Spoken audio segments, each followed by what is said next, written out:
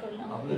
এই যুদ্ধ পরিস্থিতিতে এই চারিদিকে অশান্তি হিংসা সমস্ত বন্ধ হোক। সত্যি কবিগুরুর কথায় শান্তির বাড়ি বর্ষিত হোক, মানুষ শান্ত থাক, ভালো থাক, সুখে থাক, আনন্দে থাক, আগামী প্রজন্ম শিখুক আমাদের থেকে, আমরা শান্তির দূত হিসেবে যেন তাদের রেখে যেতে পারি।